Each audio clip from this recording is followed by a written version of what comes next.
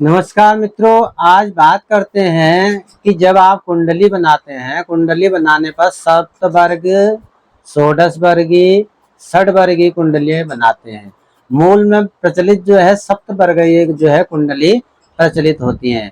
तो इसमें जो फलित होता है, फल किस प्रकार किया जाता है और किस वर्ग से क्या फल होता है, उस पर बात करेंगे। मैं हूं बागेश्वर से डॉक्टर रमेश कांडपाल। हमारे चैनल में जो मित्र नए आए हैं, चैनल को लाइक शेयर सब्सक्राइब अवश्य कीजिएगा।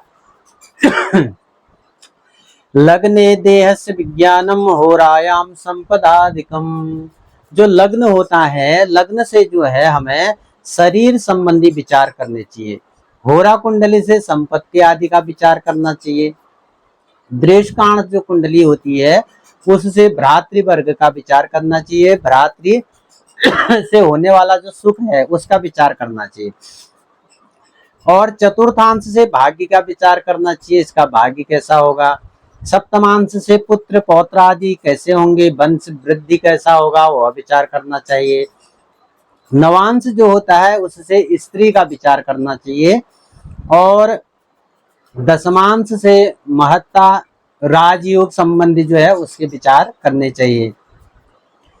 द्वादशांश से माता पिता संबंधी विचार करने चाहिए। षोडशांश जो होता है उससे सुख दुख उसका विचार करना चाहिए। विंशांश से स्वाध्याय उपासना आदि का विचार करना चाहिए। चतुर्विंशांश से विद्या पर विचार करना चाहिए, कितनी विद्या प्राप्त करेगा। और सप्तविंशांश से बल, दैव बल, शारीरिक बल, विद्या बल, आस्तिक आदि का, नास्तिक आदि का विचार करना चाहिए। त्रिंशांश से अरिष्ट कष्ट इत्यादि का विचार करना चाहिए। अक्ष वेदांश पंचचत्वारिंशांश षष्ट्यंश से जो है सभी फलों का विचार करना चाहिए। लेकिन जो प्रचलित मूल में सप्तवर्गीय है वह आपका लग्न, होरा, दृष्कांश, सप्तमांश, नवमांश, द्वादशांश और त्रिंशांश यह प्रचलित है। तो इसमें आप लग्न से शरीर संबंधी बातों का, संपत्ति संबंधी बातों का, धन संबंधी, धन नाश, धन भोग और भौतिक सुख, शरीर का सुख, शरीर का नाश इत्यादि लग्न से विचार करना चाहिए।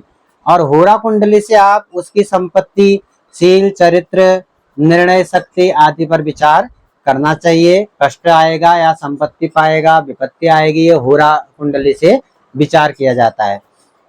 दृष्काण से कैसा पराक्रमी रहेगा, किस पद को प्राप्त करेगा, भ्रातृ सुख मिलेगा या नहीं मिलेगा, कितना परिश्रम का करेगा, कितना उसको फल की प्राप्ति होगी उस परिश्रम से, इस पर विचार करना चाहिए।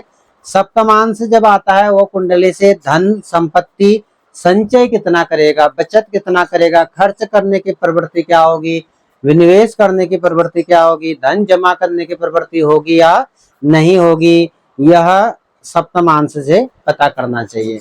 नवांश से कैसा वर्ण है, रूप है, गुण है, बुद्धि है, पुत्र स्त्री, ये सब समस्त शुभ और अशुभ फल जो है नवांश कुंडली से जानकारी प्राप्त कर लेनी चाहिए।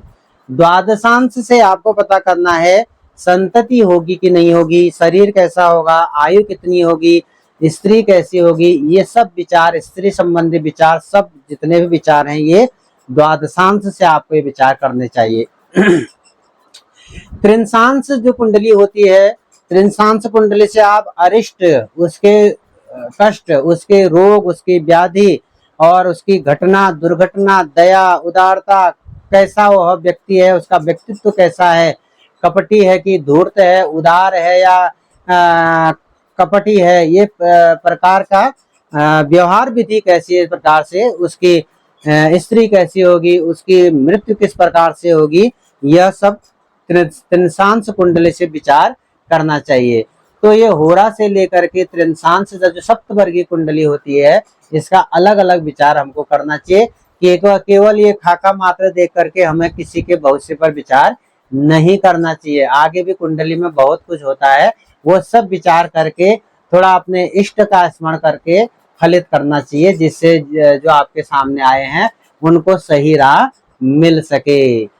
इसी तरह वीडियो देखने के लिए लाइक से सब्सक्राइब कीजिएगा। धन्यवाद, नमस्कार।